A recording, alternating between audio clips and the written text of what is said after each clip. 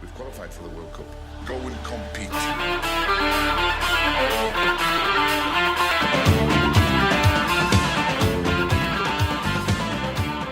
Right. What did you order? I'm always interested to see what people order when they go out. Well, yeah, this is the thing because we were sitting there looking at the menu and they have all the standard stuff like fish and chips, burger, the chicken with lemon, that kind of thing. And then there was this thing that I never heard of, burrata, Buratta, I think. And it was burrata with cherry tomatoes and almonds. And I was like, I don't know what this is. But I've gotten to the point now where when I go out to eat, I want to try things that I've never tried before because I've had a million burgers. I've had a million steaks. I've had a million spaghetti bolognese or whatever the fuck. I know what they're like. I've had the best. I've had the worst. There's not a huge amount of variation. But now when I go out, I like to try things that I've never had before. Because if you order them at a restaurant, you're probably going to get them prepared as well as they can be by like a professional trained chef or whatever. So you're going to get it as good as it can be, you know? So I tried a burrata, and a burrata, I think, I don't even know what it means, but what I got was a mozzarella salad, basically 2 balls of mozzarella. And it wasn't that nice, to be honest. It's like I think the difference is it's like meant to be gooey inside, so it was gooey. Like it's like an egg. Like if you cut it, it should like spread. It was a bit like that. It was a ball of cheese with the consistency of kind of a poached egg, I guess, and in a salad. And kind of tasteless. Did you get any like bread with it? I got a slice of sourdough with it. I mean, brilliant. Or toast. Not enough. Or toast to most people. Yeah, wasn't mad about it, but I don't regret my decision. That's it. You went out on a limb. It didn't work out for you. Didn't work out for you. I know, but sometimes I do that, and I have things that blow my mind. Like I never thought I would like that, like going to a vegetarian restaurant or whatever, and just trying like halloumi wrapped in aubergine with like red tomato, sun-dried tomato pesto or something that years ago I would have turned my head, and just got sick at the thought of ordering that when there's burgers and chips or whatever the fuck I could have gotten. Now I'm like, fuck it, I want to try these new things, and that's how my story ends. Yeah, I always try and do that when I go abroad. I try and taste the local cuisine, even if that doesn't work out sometimes. When I was in Portugal, they're mad for seafood, like down south. Oh yeah, and I was like getting all this seafood, sardines, like octopus, like cod, all that kind of stuff, and then there was like squid, like little squids, not like an octopus, like these little squids, yeah, and I was like, is there any way to eat these? And they were like, no, just eat them. And I was like, okay. And I put one in my mouth and I bit it. And I was like, oh, like the taste is fine, but it's really hard to eat. It was like there was like this little piece of plastic in it or something. And I was like, maybe it's just the bone. I don't know. I ate like 2 or 3 like that, but it was like, honestly, it was like eating like a pen or something. And so after a while, I was like, fuck this. So I started kind of almost eating them like wings or something, where you'd like pull it between your teeth and the meat would come off, and I just left the bit behind. And I was talking to someone after, and I was like, they're really hard to eat. And they were like, but you don't eat the whole thing. And I was like, why don't they fucking tell you this? I was basically eating like it's skeleton like, but no one tells you this. Do they tell you when they give you a basket of wings that they say don't eat the bones? But yeah, maybe someone must do that. Like people who come to Europe and never have had chicken wings or whatever, and they order chicken wings and they just eat them whole. Imagine looking across the restaurant and seeing this idiot eating an entire chicken wing and trying to chew it like that was me. Yeah, it's just like they're really, really tasty and there's great flavor on the outside, but when you get to the middle, like it nearly chokes you to death. But I suppose the overall experience is pretty good. Just a word of warning: it's good to be adventurous, but know what you're eating. Yeah, because I kind of try and do the adventurous part with like when you go to a nice pizza place or a place that does nice pizzas, because there's so many standard like European or Americanized toppings, but you can get some real like obscure ones, like even things like like rocket and stuff on pizza is rarer than most people would get and stuff. But I saw a banana on pizza. Did you ever see that? Ooh, I've seen it. I've heard of it, I should say. Yeah, apparently it's quite nice, but you'd have to be brave, because if you're going out for dinner and you're spending 20 quid on a pizza and it's got banana on it and it doesn't work, like you'd probably ruin that year, the entire year. Yeah, So, yeah, for sure. A bit chuffed myself though, because I made egg fried rice today, which sounds pretty simple, but it's a bit more complex. Have you ever tried making it? I've made it 100 times, different ways. Yeah, like I've fucked it up. I've made amazing egg fried rice. I've made ordinary egg fried rice with fucking everything in it. Just plain egg fried rice, just rice and egg, and maybe some soy sauce. Like sometimes that's all I want. Yeah, I've made it a few times. Whatever way I was taught to make it, God knows if it's the right way, but it's pretty tasty. Yeah, it's true. It's there's a lot of variety to it, and like I said, I made it like the first time. I've made rice and I've made eggs in the past, but never together. You made eggs. Yeah, basically scrambled eggs. I thought you meant you just popped out a few. Oh yes, I'm very fertile. I'll have you know. But the one thing I noticed is that the amount of salt that you'd have in like egg fried rice from a Chinese place or from a restaurant, it was definitely lacking in that flavor. But I mean, it's probably much better off to have fewer bits of salt in dishes like that. But yeah, Try it at home. Highly recommend. That's it. Do it yourself. In this day and age, it costs you an arm and a leg to get egg fried rice outside, so you may as well. That's it. Mm-hmm. All right. Will we talk about football? Yeah. Look. Yeah. If we have to. rice all day. Football is not as exciting as food, No, food is constantly satisfying or surprising. Football, like we all know, Liverpool are going to win the quadruple, so it's true. Yeah. It's like Liverpool winning the league this year. It's a bit like a plain ham sandwich. It's happening. It's there. People have to just accept that it's a sandwich. That's it. Yeah. It's like watching. I don't know. What's that Bruce Willis movie? The Sixth Sense. When you know what happens in the end. I mean, it's fine. Yeah. But... I only watched that for the first time a couple of weeks ago. Really? Yeah. Were you shocked? No. I knew it from the start. To be fair, it was kind of fun watching it, knowing what happens and being like, seeing how they try to hide it. But like, there were a few times it's so obvious to me watching it when like they're screaming it in your face, and then at the end they do these flashbacks where Bruce Willis is like, and it flashes back to all these scenes during the movie where it's been like he wasn't being spoken to or whatever the fuck, and you're just like, how the fuck did people not see this coming? Yeah, I mean, I think I was like 10 when I first saw it, and it was like the first twist I ever saw, or at least understood, and it blew my mind. Yeah. I guess that's what's good about it, is it's a very simple twist. There isn't much to it, and it's like, oh, I can't believe he was dead the whole time. Sorry if anyone's listening. Yeah, everyone's turned off. I was surprised at how little horror there was in it, because I was watching it expecting a scary ghost story or like a monster movie. There was a few scary bit, isn't it? Like under the duvet. There's definitely a couple in the tent. I think it is. That's it. Yeah. There's definitely a couple of scenes that are like, but most of it is a family drama kind of thing. True.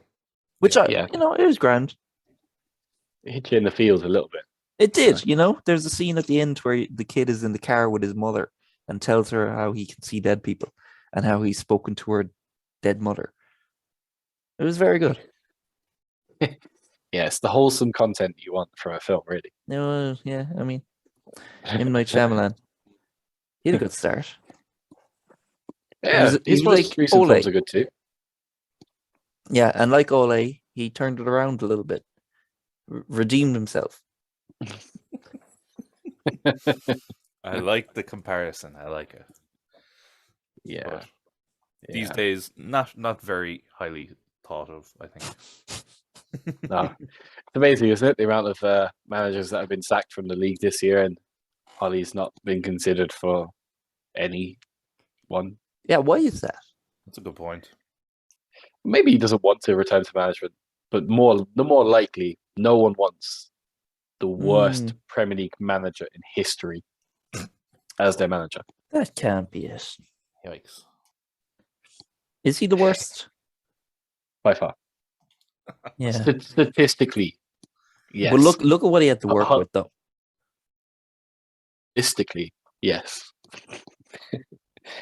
Sure, that's true. Sure, he had no one. He had no one to work with. He only had Ronaldo, Bruno Fernandes. Pasta. Yeah. Anthony Martial.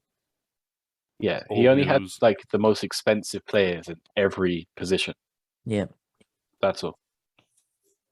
Sure, I'd struggle. Yeah, I mean, yeah. Imagine, like, what kind of motivation could you do when you're just like, look, yeah, I know, we're all stuck in this together. We all are employed by Manchester United. I know. We just have to try our best. It's not going to work, but we have to try. Like that's been the last 10 years of motivational speeches by United players and managers. It's not very inspiring. Yeah, I really can't think of another team that nosedived so hard, because the middle of last season they were doing well, and like you really can't think of another team that nosedived. No, not to that Leicester extent. This year, not so suddenly. Like they were like flying it. They were like second in the league, and then they just bombed towards the end of the season and just never recovered. And I like people say it was Ronaldo's fault. It happened towards the end of last season. I just don't know. I don't know. There was no planning. There was no forethought. It's spontaneous football. Get in Ronaldo. Get in Sancho. They signed the best players available. Yeah, pretty much.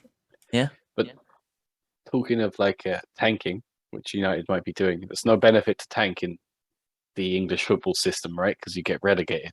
There's no benefit. But in other sports, and like this weekend, it's the NFL draft, and the way that works is the worst team in the NFL gets the first pick of like the top prospect. That'd be funny if Norwich got Mbappe. That's the thing. Do you think, like, would it actually make the Premier League more competitive if that kind of system was in place? It's very hard to do it because it doesn't translate, because what would the championship and stuff become obsolete? But yeah, do you think that kind of system would work now? If City or Liverpool win the league, they'd get like the 32nd worst player statistically. So can I just, I kind of don't understand the draft fully. So let's say, let's forget the bottom three teams. Let's say it was whoever places 17th or whatever gets the first draft. So let's just say, for argument's sake, it's Burnley. So next season, would they be able to just pick up Salah? Would he have no say in it? Or is it certain players of a certain age? Or how does it work? So from the NFL, they take from the college football leagues. So it's the people graduating or in college in America. So they can't take them from another team. You have to do like a transfer or a trade. But what Burnley could do is Burnley could have the pick of hundreds and hundreds of like under 21 stars that haven't yet signed for a football team. And they could pick like Kylian Mbappe before he goes to a club. Right. And the player doesn't have a say in it? No, No, they're pretty happy with it because they get Okay. like a lot of money for it. That's the kind of Okay. model. Yeah. So like the other way of looking at it too is that like if City win the league this year, they are kind of handicapped by not getting near the top 10 players at all. Yeah. Okay. I think it would definitely make it more competitive because I suppose a lot of it is like they'd be getting like the best academy players. You know, they could pick up a Trent Alexander-Arnold that could stay with them for the next 10 years. I'm saying Trent Alexander-Arnold like 4 years ago, but you know they could have someone with them then for the next 5 or 6 years. I'm guessing. Is that how it works? Pretty much. Yeah. It would make it more competitive. Like you said, I don't know how well it would translate, but Yeah, you'd have to change the model because like would it be the top if it's the top 20 players from the championship? Sure, that's not really brilliant either, is it? I mean, I'm sure that'd be handy for the bottom half clubs, but are City really going to benefit from picking up some young lad from I don't know Blackburn? Maybe not. Maybe not. yeah. But yeah, Well, like I mean, Liverpool picked up that Carvalho. You know, even someone like that. Like if Burnley got Carvalho, it probably would help them next season. So it's an interesting idea. I'm kind of surprised it hasn't really been talked about before because it's such a big thing in the US. You know? it is. Mm-hmm. It is. I mean, there's enough Americanized. Well, Sky Sports are doing their best to try and turn football into the more American model, I guess. Yeah, because they're saying now that they're going to look at, or is it the English government are going to look at changing the structure of English football? I mean, maybe that's what they'll do. Bring in a draft. I guess, do American football teams, they don't have the equivalent of youth academies. No. They just rely on college football or whatever. Players come through that system. That's it. And there's big connections, really. I mean, if you're a really big college football team in the same state as a, American football team, it's likely they're going to draft from there. Oh yeah, I've seen Jerry memories. Maguire. So, yeah, there you go. See, but like that's the thing is that like you'd have to get rid of all of the under 23 and under 18 leagues and create kind of new teams so that there's a distinction. Mm-hmm. It's doable, but I don't know. But in terms of competitiveness, interestingly, in terms of American football, American Super Bowl winners, in the last 10 Super Bowls, there's been 8 unique winners out of 20 teams, so like 2 teams per final.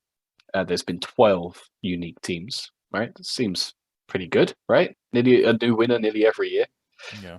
If you compare that to the Premier League over the last 10 years, there's been 5 unique winners, so a good bit less. And of the top 2, because you can't really have the teams in finals, so I just went by top 2. 7 out of 20. We've only had 7 unique teams in the top 2 in the last 10 years. Is that competitive? They should shut down football. Yeah, pretty much. If Leicester hadn't won the league, football would have been the exact same since the 90s. Yeah. Mm-hmm. Some people like that. Yeah, pretty much the fans of the teams that keep winning it, really, and they have the most fans. Mm-hmm. Yeah, I mean, it's kind of funny then because I always think that, but then there's teams like West Ham that are kind of always in and around, but then they get fucking relegated. So it's like, is it the same teams all the time? I mean, we're looking at Everton getting relegated now. They're one of the only teams to have never been relegated. So I think Who's the other? Arsenal. Well, is there 3 or 4?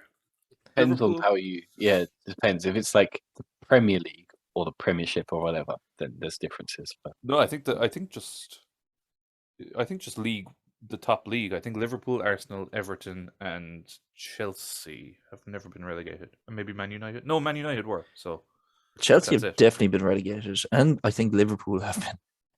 there's a lot of teams in the 70s and 80s that like Chelsea were in like Division 2.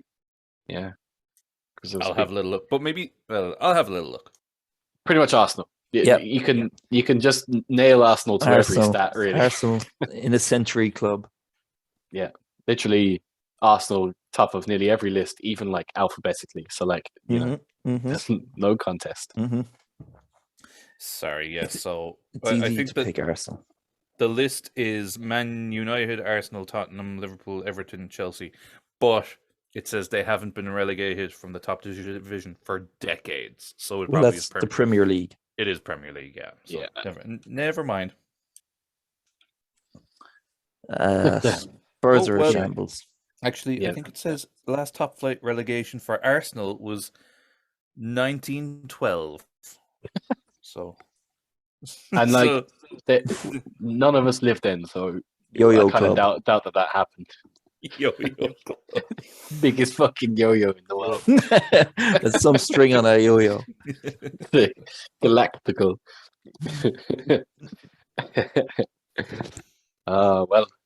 Yeah. So we've lost Norwich. Norwich gone, and I found it quite sweet that the second that Fulham got promoted, the next week Fulham got relegated. It's just, there has to be a balance in the universe. They can't coexist. You mean Norwich got relegated? Yeah, sorry. Who did I say? Oh, Fulham. Well, they will. So you can crop that for 12 months' time. Would you fancy Mitrovic to do any good next season? I fancied him at the wrong time, and he got 42 goals this year. I know, but maybe he's just a championship player. He's the greatest championship player to ever live. Yeah, probably, but one of the worst Premier League players to ever live. But it kind of shows you that this is like a Palace fact. But remember Glenn Murray for Palace, and he played for Brighton as well too. But he scored 33 goals in the year we got promoted, and that was a record-breaking year. But it hadn't been broken for like decades previously to that, and it hadn't been since. And, we've been in the Premier League like 7-8 years or whatever it is now, or 7 or 8 seasons, and staggering. Like 40-odd goals is incredible, really, isn't it? For any season. Yeah. Oh, yeah. Yeah. Well, I mean, he'll probably get like 6 next season. Well, he's going straight into my fantasy football draft team. That's what I was wondering. He's your number 1 pick. Well, I have to. Do you have to stick to your guns, Adrian? You got to back yourself. You got to back yourself. That's it. Into corners sometimes. And who's the fucking Fulham boss at the minute? Not Scott Parker, because he went to Bournemouth. It is he used to be the West Brom manager. I can't remember his name. Tony Pauls. Not the fucking Sam Allardyce. I'll find him there. Yeah, we should. We gotta do a research. Oh, Marco Silva. Oh yeah, he was West Brom, wasn't he? He was Watford and Everton. Oh yeah. I mean, you can just take a guess that anyone has been Watford, to be honest. Who has incredible. Yeah, well, he's working wonders at Fulham now, and Bournemouth are probably going to go up as well. I think, are they? Well, yes, but it's very, very interesting. The second last game of the season is Bournemouth Forest, who are second versus third. So that will determine it, I'd imagine.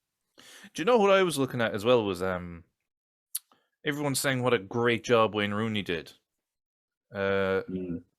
They, even with their points deduction, they'd still only be like 15th or something. Like if they had those points, they wouldn't be top 6 or anything. So I don't know where everyone is. So I don't know where everyone is getting this fucking idea that Wayne Rooney is the tits. Like he's not that amazing.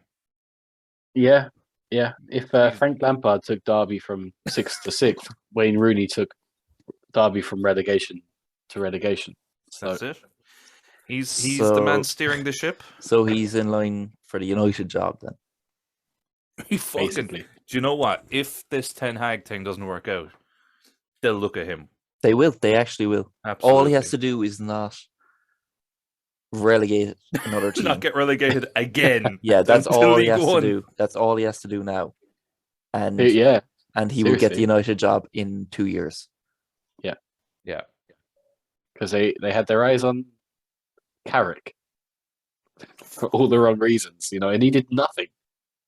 And he was getting eyed up. So, yeah, Wayne Rooney's United. And that's going to be insufferable for about 3 weeks until everyone realizes that he's not a good player.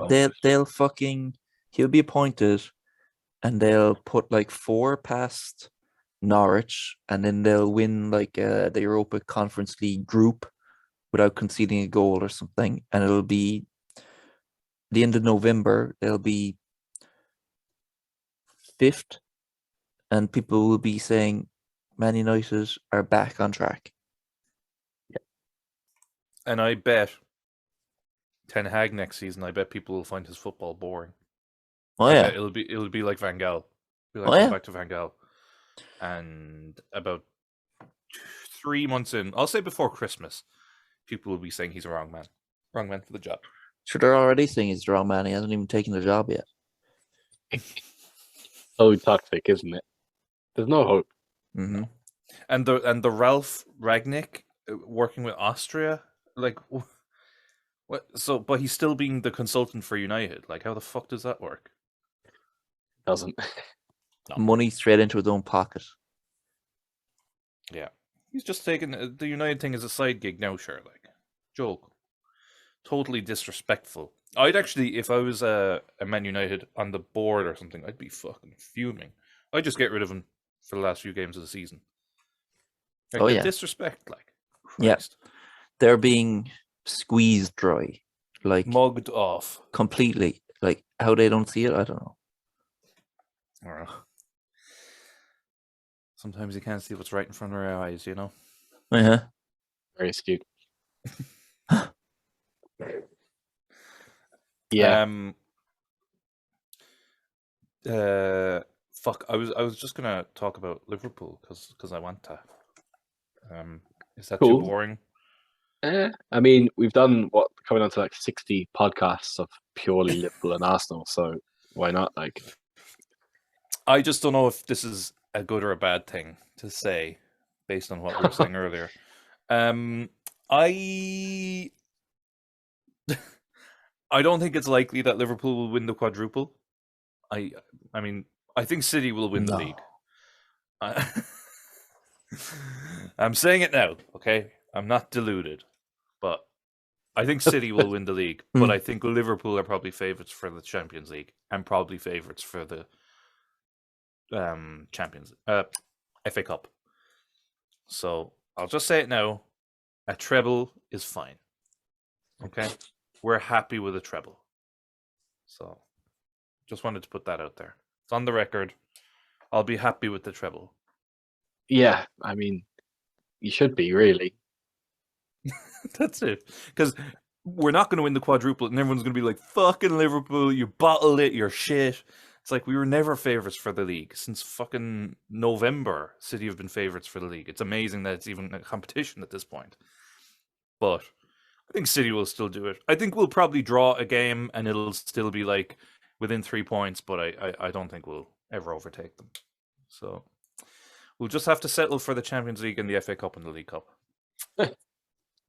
I kind of disagree a little bit about the dropping points. I actually think that even though City seem like they're not going to, I think they put their stickiest games. Like I think this is and I feel like I've said this every podcast this year, but it feels like this is the toughest patch now. Whereas Liverpool have done the hard work in the first leg. It's not going to be easy against Villarreal, obviously, but they have a 2-goal lead. City were all over Real, and they've given themselves a mountain to climb, or a tough challenge now in the week in Madrid, and then they have Newcastle followed by Wolves, and they're 2 kind of bogey teams for Pep Guardiola in recent years. So we will see. Liverpool have Spurs, and I think we'll draw to Spurs. But Spurs, they're not. They shouldn't even be in consideration. They're barely a football team, really, are they? Conte is doing wonders, and they've got some good players. He's not now. They haven't had a shot on target past 7 months. And do you think that this iron curtain that Liverpool put up, do you think that Harry Kane his little flicks and tricks that ultimately lead to nothing are gonna win the game. I think it'll be a draw. I think they'll draw. And I don't see City losing then, because City would have to lose a game for us to go on and win. And maybe they'll draw to like West Ham or like you said, Wolves or something. But I'm just being realistic, lads. I'm still I'll always dream, and that's what Klopp has given us. He's allowed us Illusions. to dream. Trophies, baby. Fucking Trophies and contract extension. Trophies coming out our arse. In a way, And- Liverpool are being mugged off in much the way United were, except it's happening much quicker. It happened at United after 20 years of winning the league, 13 league titles or something. Now it's happening at Liverpool after, 2 seasons? Without even that much. What is? You're kind of getting mugged off all this money, like. By whom? Klopp? Staff and players and agents. He didn't get a pay increase. He got an extra few years, and that's money guaranteed to him. Listen, the guy will get a statue.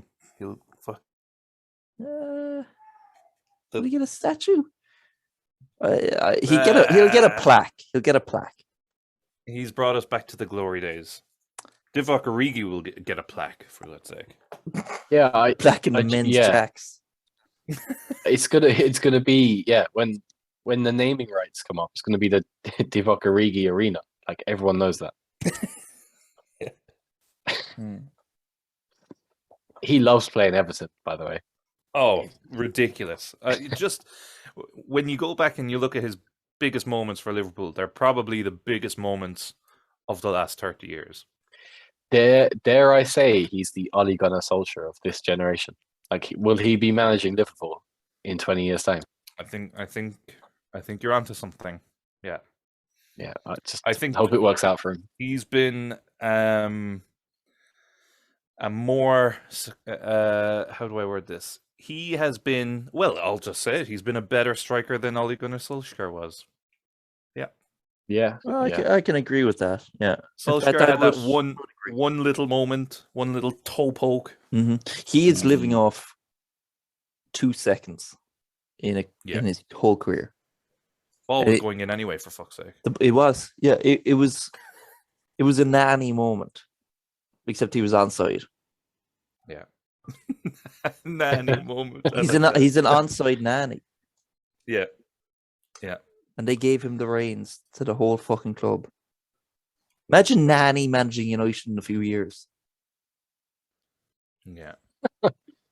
Fucking nosedive straight into the ground. Nani actually better than Solskjaer, because there was a year there, Nani was the best player in the league. I'd say 2010, 2011. Him and Van Persie, like. Yeah. He was very good. He was always just in Ronaldo's shadow, really, wasn't he? That's it.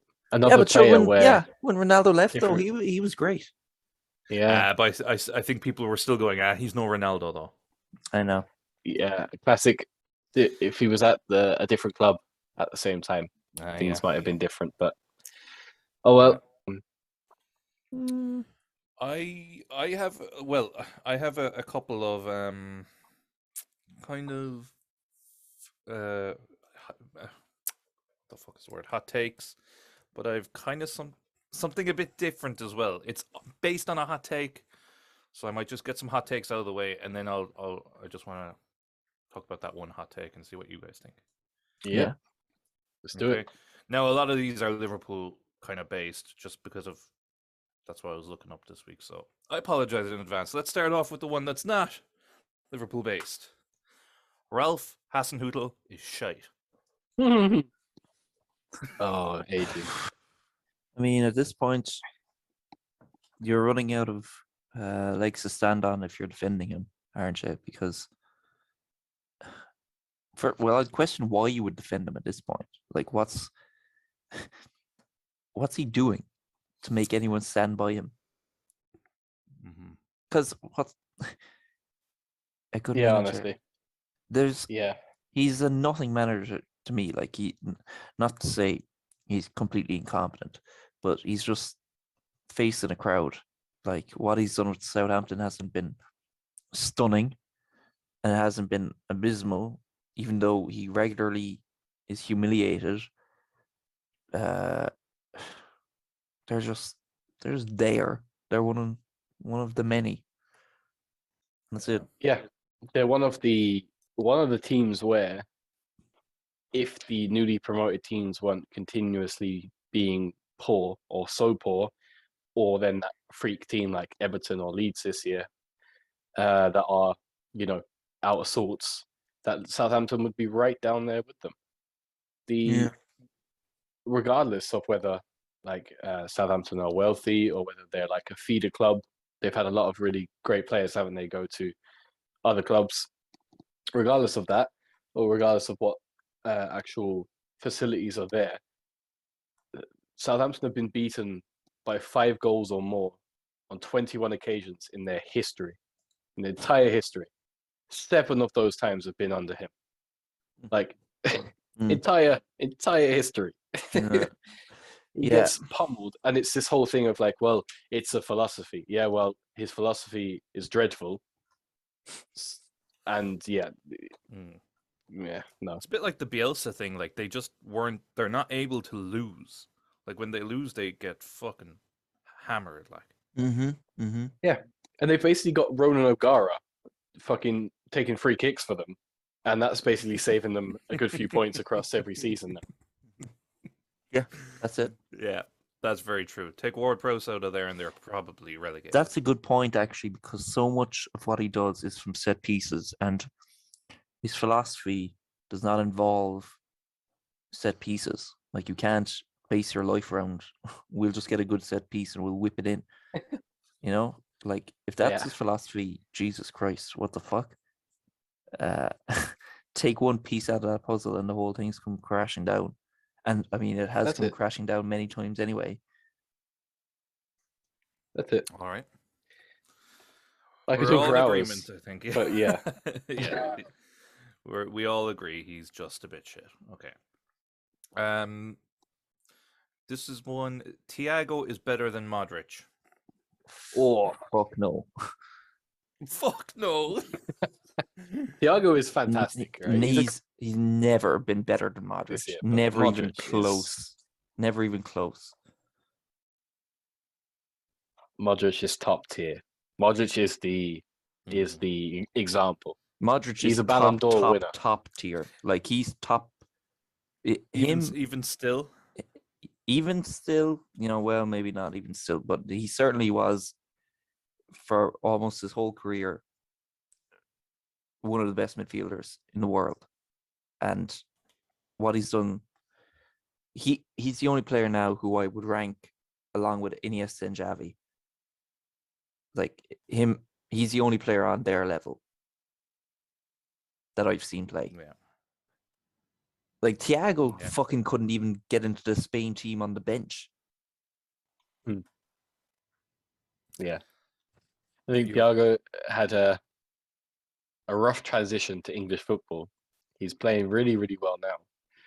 But Modric, wherever he's played, at any level, internationally, club, has just been the best player. So Modric is regularly the best player in the biggest possible games. So Thiago's, he's a great young player himself, and he may have a great career for himself, but he's like 30. And that's prime now, Adrian. That's I know. Players can play till they're 50 now. Prime Spanish beef. I thought it was fucking a red hot take when I saw it, and I don't think it can be taken too seriously. But here is a serious one. I'm going to read this one verbatim. I guess I can say this one came from our very own S. Mannix. And it reads, in all seriousness, if Liverpool win the quadruple, it still isn't as impressive as United winning the treble in 99, in my opinion. 99 was a harder challenge. Who wants to take that one? I guess you could argue, that United were not a good team back then and didn't deserve it. And for them to actually pull it off was, a huge shock. It was a bit like Leicester winning the league. So it's memorable for that reason, in a way like it shouldn't have happened. But Liverpool, they're one of the top three teams in the world and have been for a while now. So they're kind of expected. You'd expect them to be there. And for them to win it, you'd just be like, meh. So I would agree that Man United pulling off the heist of the century, it was more memorable because they didn't really deserve it, and we all know they didn't deserve it, and they don't deserve to call themselves treble winners. But something clicked for them on that night. The dice, they rolled the dice, and it came up. Their number 21. So good for them. It's a great novelty in football history, I would call it. Yeah, it's basically pub quiz stuff, isn't it? It's pub quiz. That's about... No, the one thing that jumped out for me from that, very, very good point. Like I said earlier, inaccurate nonetheless. But the first thing I was like looking to challenge. I was like, was it actually more difficult then than it is now? Because straight away I was like, well, there wasn't the same Goliaths in terms of financial power back then as there is now. I think that Liverpool, like even winning the league when Man City are a part of it, is an incredible feat because Man City can throw everything at it, and there's no one really that can compete with that wealth. Well, not now anyway. But then I looked at like the league table for that season, and they only won it by a point on Arsenal, and Chelsea with like 3 points behind. So arguably that's more competitive than the Premier League is now this year. There's only 2 teams in it, where there's 3 teams in it that year. The Champions League 2, yeah, different format though, not like for like. But ultimately, what it boiled down to for me is that if I saw a prize fighter, if I saw a boxer with 1 belt, I'd say, fair play. If I saw them with 2, I'd say, well, he's obviously the best. And I think that's what it comes down to when you're comparing 3 trophies to 4 trophies in one season. Like more is better. So therefore, I think that wins the argument. I want to give my 2 cents here because I actually think if Liverpool even win a treble, it's more impressive than the United one because of the competition. Because Man City have all the resources, they have the best manager, the best players, the most money. So and not just them, but there's other teams like PSG and Real Madrid and all these teams with fucking Saudi money and sponsored by entire countries.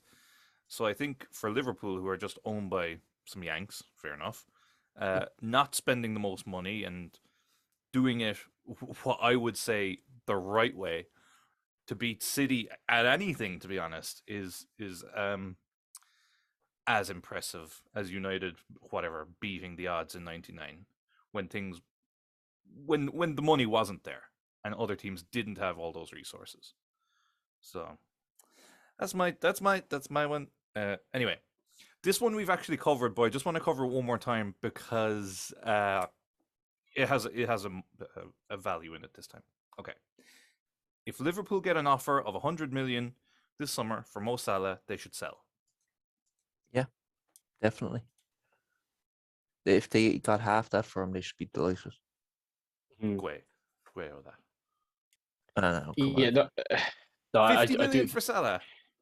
Yeah, well, 100 million, I think is a definite. Yeah, you just take it because I think that especially as a Liverpool fan, and I think people that have followed football in the last few years should know, got to take the cash when it's there. Like Suarez and Coutinho would have been the same way. Liverpool would be like, we cannot afford to lose them, but like you definitely could, and you built on it. So that's how I'd be viewing it. Plus, it's not like Salah is 22.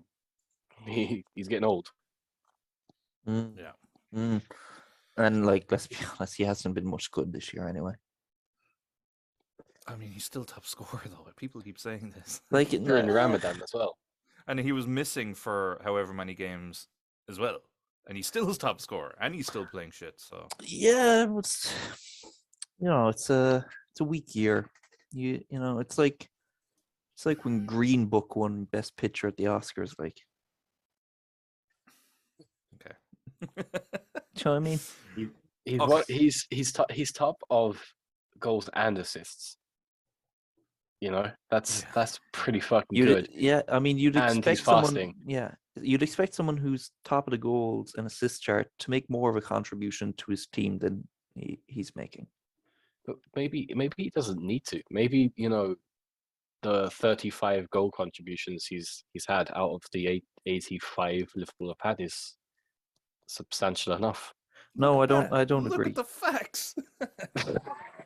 Kieran's spitting facts. Sorry, I only talking facts apparently. So you know, I gotta give him. Yeah. But no, I know. He's definitely not. I don't know. Maybe the novelty's worn off.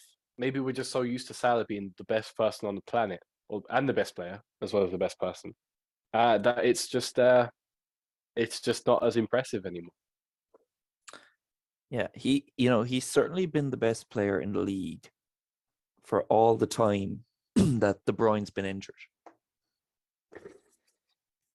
Let's remember that in Kevin De Bruyne's biggest game ever, he went off the pitch crying. When Salah's biggest ever game, he lifted the trophy. Well, was that his biggest game, or was it the game where Sadio Mane sent him crashing out of the African Cup of Nations? I mean, it's one of those debates that'll go on through generations. Yeah, I mean Mane has a much better team as well, to be fair. But anyway, right. We're all in agreement. So 100 million, and he's out the door. That's fair. Yeah, 50 million. Okay. I like this one. Okay, so this one I think we could chat a bit about because I'm curious, even what you'd think. But a Premier League 11 would beat a rest of the world 11. So 11 best players in the Premier League against the 11 best players outside of the Premier League in any other league. Let me think. Yeah. So you can take a second. We can always cut a bit if we need to, but because I wrote down a couple of 11s, right? If maybe that would help, right? So just for example, a Premier League 11, you can swap in players. I put Ederson in goal, Trent, Van Dijk, Diaz, and Cancelo. Now there's a couple of others you could put in there: Tierney, Rudiger, but that's the back four. De Bruyne, Kante, Bernardo Silva, midfield, something like that. You could put in Rice, Fabinho, a few others. And up front, I put Salah, Son, and Kane. So that was kind of what I came up with. I don't know now.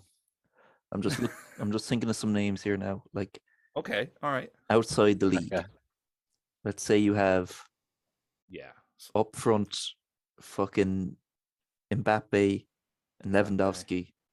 Yeah. Ireland. Oh wait, no, actually, you could have fucking Benzema.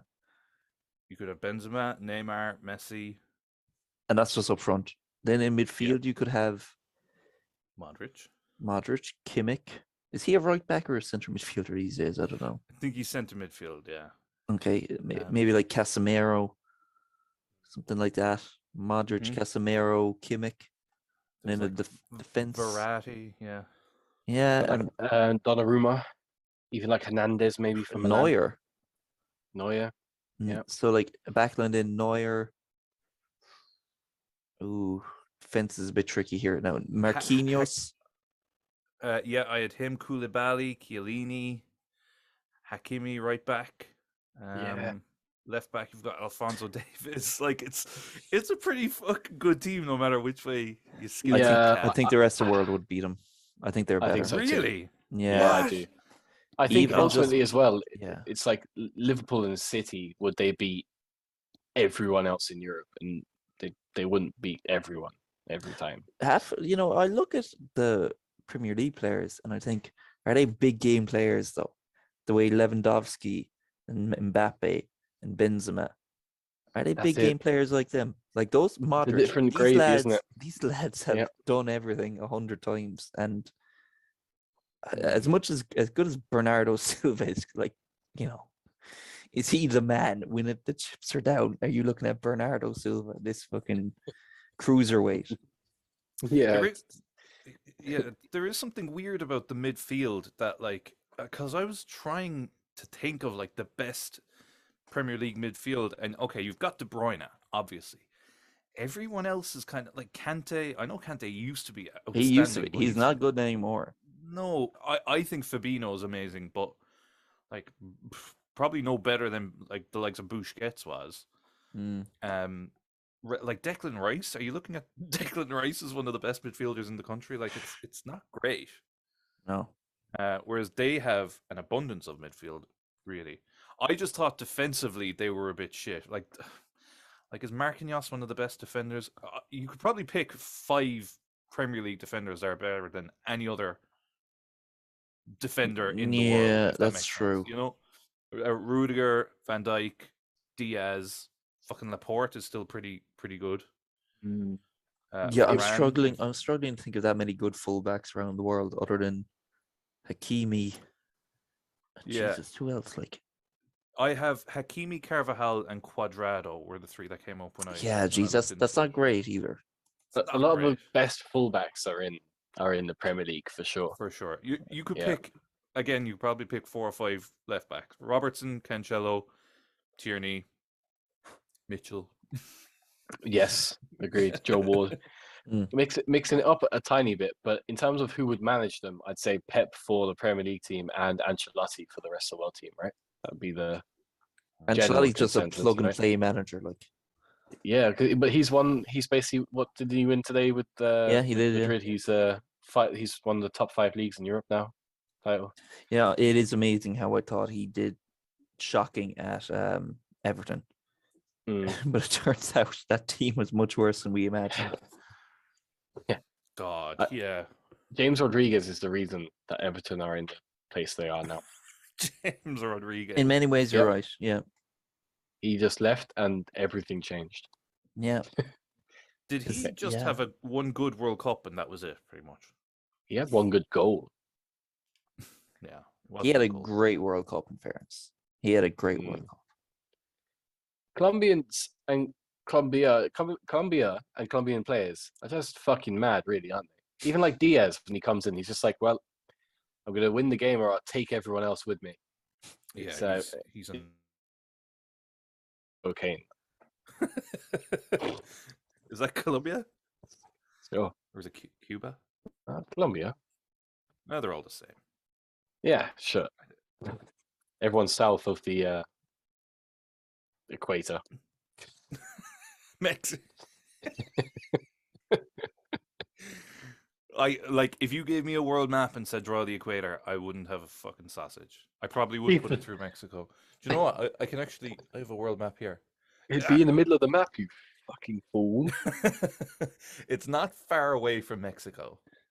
And actually, it does go through Colombia. So there's plenty egg on my face there now. Maps are inaccurate. They make Europe or the place that they're drawn look far bigger than what it is. Like Africa is very disproportionate to its actual true size.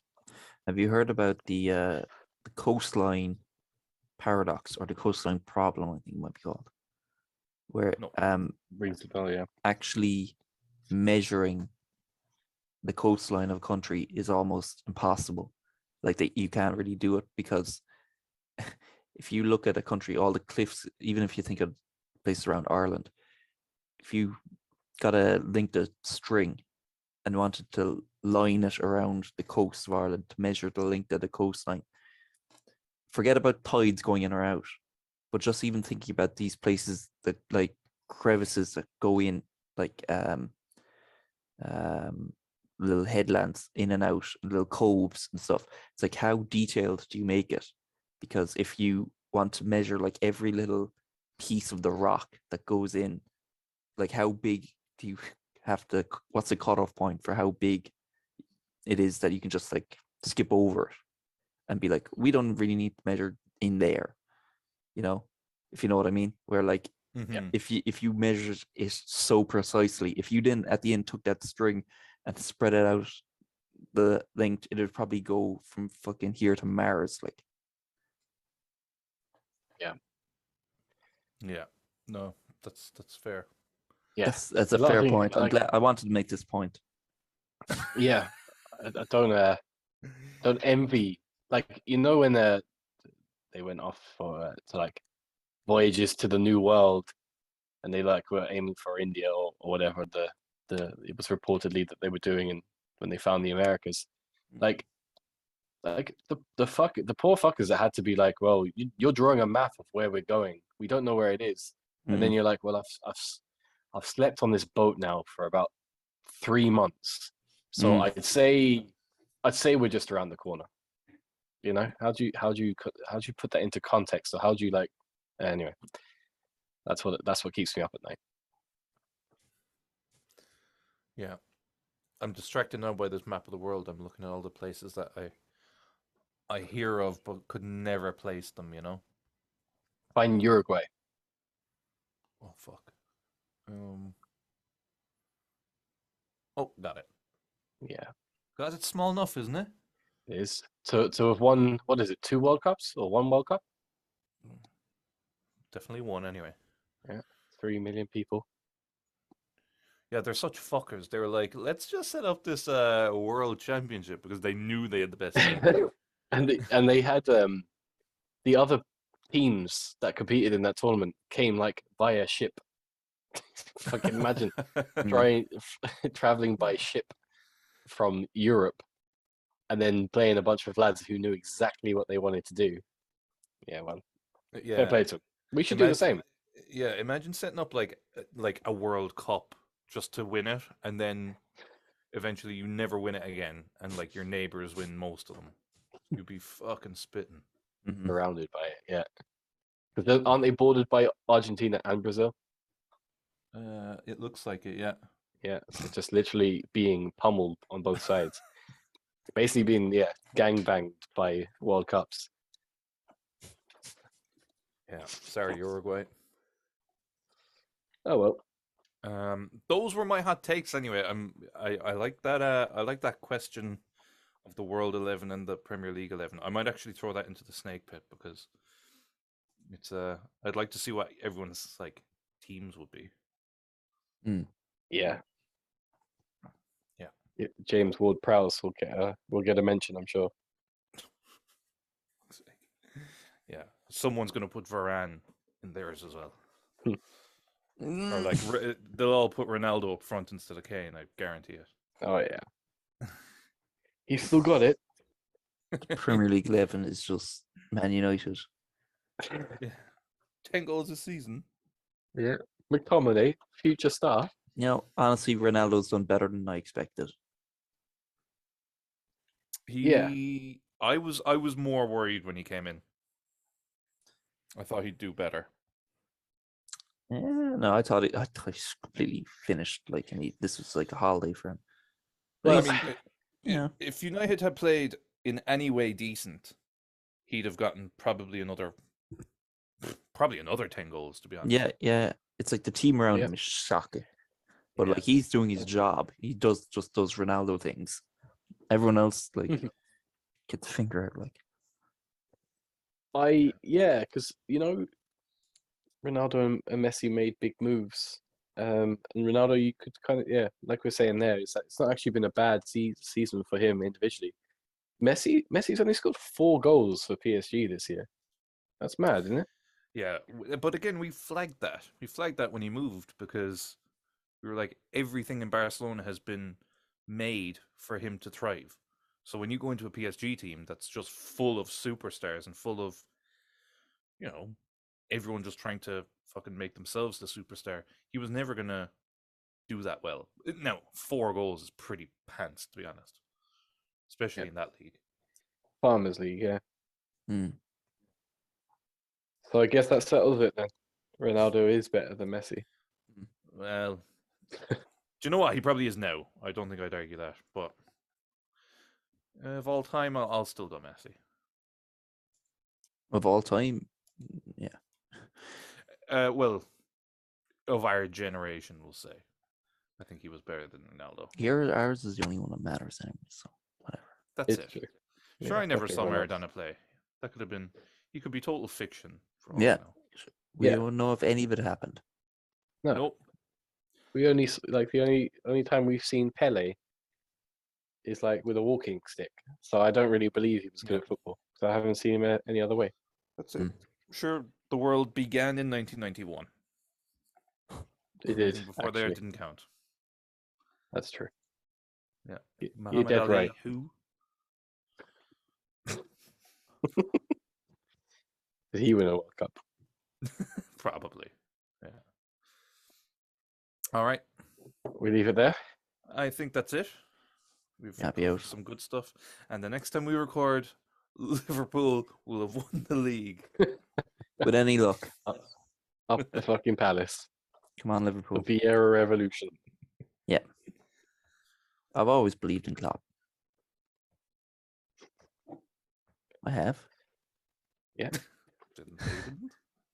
Yeah. Tuchel's shit. To be fair, I've always said that, and I will die by it. I don't care what I he know. wins, what he does. He doesn't know. He doesn't know. Yeah. You got a tattoo of it back in 2008. You were that confident. Yeah, when he was laying out Still playing. cones. Yeah, when he was player manager at Kaiserslautern, You always said it. the Always. Bavarian Regional League. I was tuning in every night. Fucking this guy's shite. Yeah. I'll never make it. And imagine me watching him through the years and constantly winning things and moving to higher jobs. No. That'll be what you say on your deathbed. You'll be like whispering something. They'll be It's like, like what's he saying? I still don't He's rate saying- Tuchel.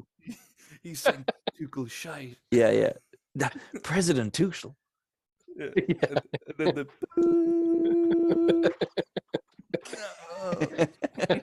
Yeah. It's like, no. I'm coming. I'm just hanging in there, and this woman just walks in. Thomas Tuchel has won the Nobel Peace Prize. He's gone. Flatlined. The machine just explodes. Oh, very good. Fuck it. Right. All right. Sayonara. May the road arise to meet you. Up the palace. Up the palace. You've been listening to the Put 'em Under Pressure podcast. For more of our content, make sure that you follow us on YouTube, Spotify, and Facebook. Outro music.